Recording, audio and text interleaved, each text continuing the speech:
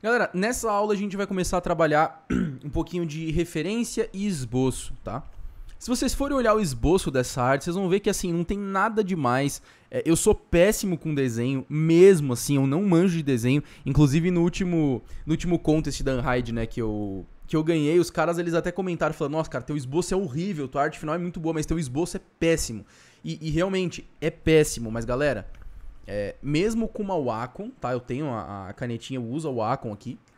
Mesmo com a Wacom não sai tão legal, mas não é o objetivo também, né? Quero explicar pra vocês um pouquinho do esboço. Só que antes disso, tem um negócio que eu queria mostrar também, que é uma animaçãozinha que eu fiz dessa arte, que ficou bem legal também, olha só. Né? Então a gente consegue trabalhar, tem alguns bugzinhos pra corrigir e tal, eu vou ver se ao final do curso eu também ensino essa animação pra vocês. E é uma animaçãozinha bem simples de fazer ali no Cinema 4D, com Fracture, com Spring, é bem interessante. E pode ser que funcione também pra gente poder trabalhar, ok? Então, tem umas outras considerações interessantes pra fazer, que é a respeito de outras partes do projeto, né? Se vocês forem olhar aqui o projeto e colocar um do lado do outro... aqui a gente tá com um do lado do outro, né? Mas não necessariamente precisa estar. Eu não sei por que isso aqui tá aqui, inclusive. Deixa eu tirar aqui, pronto. Inclusive, uma coisa muito boa do Windows 11 é isso, né? Você consegue comparar aí duas imagens, colocar uma do lado da outra, e isso é... Putz, isso é incrível, cara. Então, pessoal, olha só. Isso aqui eu fiz no Marvelous Designer, que é um outro software de 3D. E eu pensei, como eu quero que esse curso seja um curso que todo mundo saia daqui alegre, contente de ter conseguido fazer, eu não vou colocar outros softwares, eu fiz Substance Painter aqui também, eu não quero complicar, entendeu? Então eu vou deixar esses assets disponíveis para vocês baixarem na pasta do material do curso, sem ter a necessidade de vocês terem que literalmente fazer. Então, muitos modelos, por exemplo, essas poltroninhas eu vou deixar os assets prontos pra vocês não terem que fazer, tá? O logo do Google, pra vocês não terem que modelar o logo do Google. A gente vai fazer só a blocagem, a composição, renderização, direção de arte, enfim, tudo aquilo que a gente já sabe, né, basicamente. Então, pessoal, eu queria explicar pra vocês um pouquinho do esboço. Esse esboço aqui, ele foi pensando no seguinte, tá? Quando a gente está falando de Google Wi-Fi, eu vou até pegar minha mesinha digital agora, porque eu vou usá-la. Então, olha só.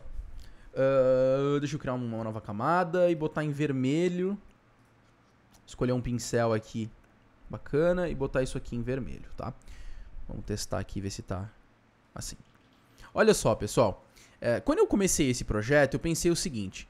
É necessário que eu consiga desenvolver uma estratégia dentro dele para demonstrar. Porque o que é um roteador? Um roteador ele é um aparelho que conecta ambientes através da rede Wi-Fi. Então, quando eu comecei a fazer esse projeto aqui, qual que foi a primeira coisa que eu pensei? Eu falei assim, eu tenho que dar uma ideia para quem vai ver esse projeto. Caso ele fosse um job, né? Ele não é um job, ele é um estudo. Mas caso ele fosse um job, eu tinha que dar a ideia para o espectador, para quem vai assistir um anúncio com esse projeto, de que existe um objeto central que conecta todos os outros. E eles têm que ter um tipo de conexão não apenas invisível, que é através do sinal do Wi-Fi, mas como também visível. O projeto ele tem que dar essa ideia de conexão. Então foi através disso, exatamente através disso, que eu fiz esses fios, como se fossem fios, né? Eles não são exatamente fios, mas é como se fossem tubos que ligam um ambiente no outro, um ambiente no outro, um ambiente no outro, e que tem um central aqui que comanda tudo, né? Se vocês forem ver, por exemplo, a questão da isometria, que eu falo que é extremamente importante, olha aqui. Se a gente for traçar uma reta daqui até aqui, esse momento é que a cobra fuma, né? Daqui até aqui, vocês vão perceber que a distância, por exemplo, daqui até aqui é a mesma que daqui até aqui. Entendeu? Então a gente não tem uma isometria verdadeira, mas a gente tem uma isometria muito próxima do que a gente realmente está buscando, né? Porque eu trabalhei com as medidas exatas. Então se a gente for pegar, por exemplo, essa parte aqui, ó, e comparar a medida daqui até aqui e daqui até aqui, você vai perceber que é exatamente a mesma. Não muda nada, ó, tá? Eu fiz pensando exatamente em causar essa ideia de conforto visual para quem está assistindo. Aqui está o nosso objeto central, né? Que tem que estar, obviamente, no meio. Que mais que a gente tem? A gente tem também espaços. Galera, pelo amor de Deus, o que eu vejo de gente errando nisso não tá escrito, tá? Quando a gente vai fazer um projeto, tá? Aprendam isso. Quando a gente vai fazer um projeto, a gente tem que entender que existe um grid de composição do qual a gente tem que trabalhar. Isso a gente já trabalha até nos próprios rabiscos, tá? Se você for um cara que gosta, por exemplo, de papel, você também pode fazer isso no papel, tá? Você, tranquilamente, não muda nada. Aqui eu sou ridiculamente ruim no papel e no digital, então eu acabo fazendo aqui. Você tem que ter sobras, tá? Ou seja, você tem que ter uma margem de espaço aqui. Você tem que ter margens de espaço embaixo, dependendo da sua arte, não precisa, né? Mas você tem que ter... E elas têm que ser iguais, tá, pessoal? E uma margem de espaço daqui... Oh, meu Deus. Daqui até em cima. Por que que você precisa, além dessas margens de respiro, que a gente chama de margens de respiro? Essas margens de respiro, elas vão servir para justamente na hora... Eu vou abrir a imagem aqui, vocês vão entender. Quando você olha essa imagem do Google, olha que legal. É uma imagem boa, uma imagem interessante. Vamos colocar a outra aqui para comparar. Então, quando você olha essa imagem do Google, você fala, nossa, ela dá um conforto visual. Por quê? Porque tem respiro, você consegue perceber essa nuance, né? Tem um projeto no meu portfólio que ele ilustra, galera, muito bem isso, que é o seguinte, eu vou mostrar para vocês, vocês vão entender, tá? Essa fase de blocagem e referência é importante que a gente preste atenção nisso. Esse projeto aqui que eu fiz de visualização de produto. Você percebe que se a gente fizer, por exemplo, um print, tá? Eu vou fazer um print dessa imagem. É que eu não tenho ela mais, tava no outro HD. Mas se eu pegar essa imagem, clicar aqui e fizer um print, vou criar um novo arquivo aqui, ó. Jogo aqui.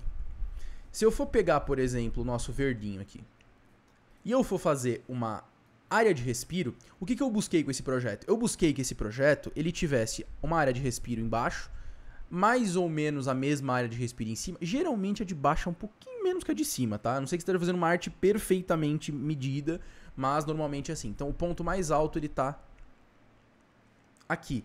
E olha a margem de respiro daqui, como é igual a daqui, tá? Isso o que vai causar? E não é só essas, tá, pessoal? Isso aqui é um exemplo. Eu vou colocar aqui porque meu traço é muito ruim. Se eu colocar aqui em cima, por exemplo, olha só. Aqui é mais ou menos a mesma margem daqui. E aqui é mais ou menos a mesma margem daqui. Isso vai causar um conforto visual em quem tá vendo, que não é brincadeira. Você imagina se essa imagem... Eu vou dar um exemplo pra vocês, tá? Só pra vocês entenderem o que eu tô querendo dizer, como isso é importante, da questão do respiro, pra você ter qualidade na imagem. Imagina que essa imagem fosse assim. Olha que estranho que é isso. Olha como você olha e fala, meu Deus do céu, mas aonde que tá? Aqui tem um pouquinho, mas, meu Deus, aqui tá muito pouco, aqui não tem nada. Aqui tá encostando em cima, aqui tá quase lá também. Agora, a diferença quando a gente olha nesse espectro aqui, ó. É outra coisa, pessoal. É beleza pro seu projeto. Essa é a ideia sempre, tá? E foi pensando nisso que eu desenvolvi esse estilo de respiro. Você tá entendendo? Ó. Essa é a ideia. Eu tô sendo bem incisivo nisso, porque é uma coisa que eu vejo muita gente errar. E você precisa ter bons respiros na sua imagem. Entendeu? Então aqui, se você for ver, ó, tem respiro pra cá, é o mesmo respiro desse lado. Aqui em cima a gente tem um bom respiro. Aqui nos lados a gente tem um bom respiro. E aqui embaixo também, de certa forma, porque isso aqui não tá grudado, né? Você consegue perceber que tem um respiro daqui até aqui, tem um respiro daqui até aqui. Então, esse estudo de composição é necessário para que o seu projeto tenha qualidade. Feito esse estudo de composição, você vai começar a rabiscar. Então, geralmente, você cria margens de segurança e isso é uma barbada que existe no Photoshop. Se você estiver fazendo com Photoshop, você vai criar uma camada nova, vai vir aqui em visualizar, novo layout de guias e você consegue dar margens pro seu negócio aqui. Então, eu vou colocar, por exemplo, 85, não mais até. Eu vou colocar 85, eu vou colocar 200, 180, 180. Aqui embaixo é um pouco menos, né? Ele é tipo um 100. E aqui 180. Olha só.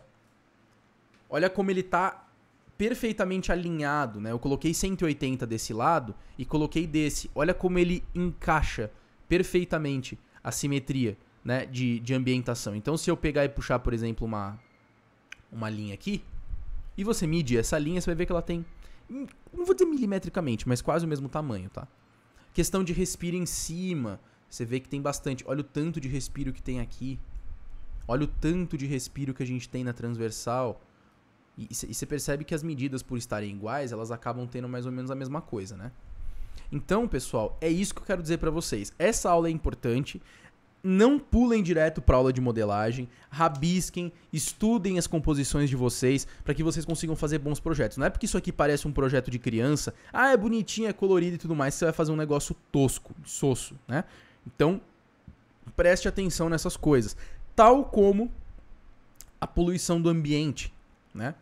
Então, a poluição do ambiente ela é muito importante de você saber regular. Porque você não pode ter, por exemplo... Vamos supor, aqui eu já acho que essa cena tá complexa demais. Eu deixaria ela mais simples ainda, mas como é essa que a gente vai fazer, então beleza. Você percebe que aqui ele tem um objeto, né? Se a gente for pegar, aqui tem 2, 3. Tá? Então 2, 3.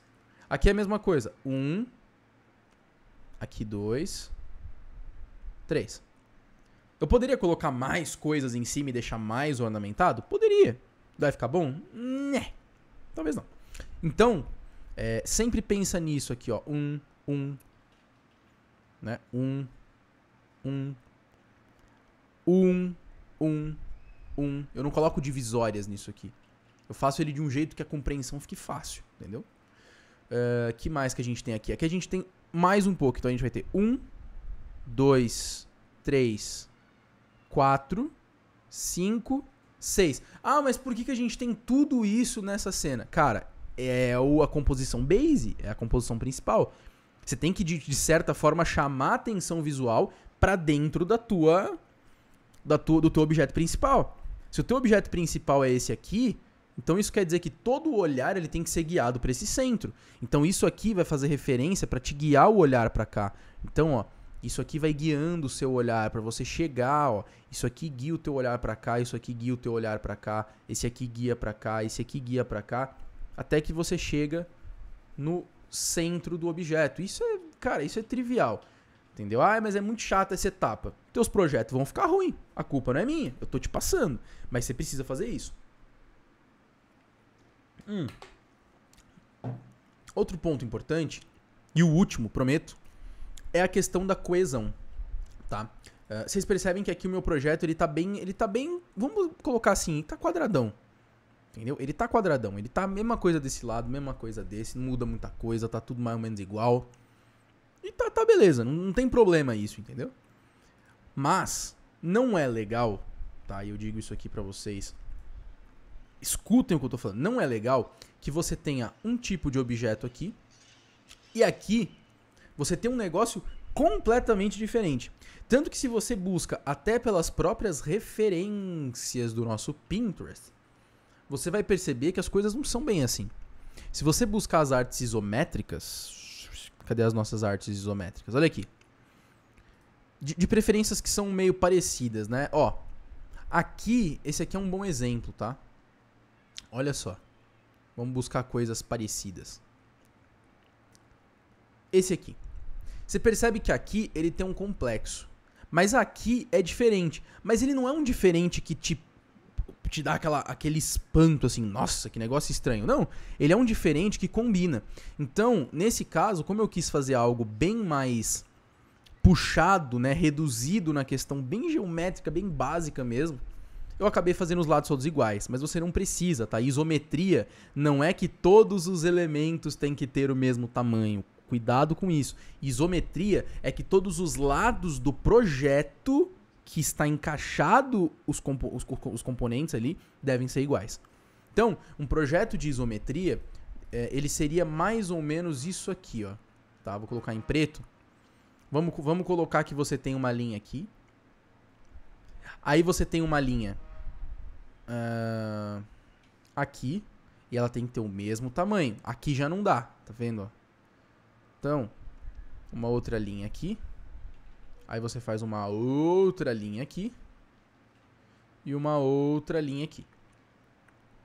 E aí, a partir disso aqui, você começa a trabalhar. Aqui dentro, os elementos podem ser um maior, outro menor, um triangular, outro mais quadradão. Aqui você pode fazer 2 linhas e tudo mais. Mas o projeto em si, isso aqui tem que ser isométrico, tá? Então, feitas essas considerações de composição, é uma aula bem chatinha, eu concordo com vocês. Pode parecer encheção de linguiça, mas não é necessário falar isso pra vocês. Vamos partir então para colocar a mão na massa e começar a nossa modelagem, composição e direção de arte. Beleza? Então, bora lá.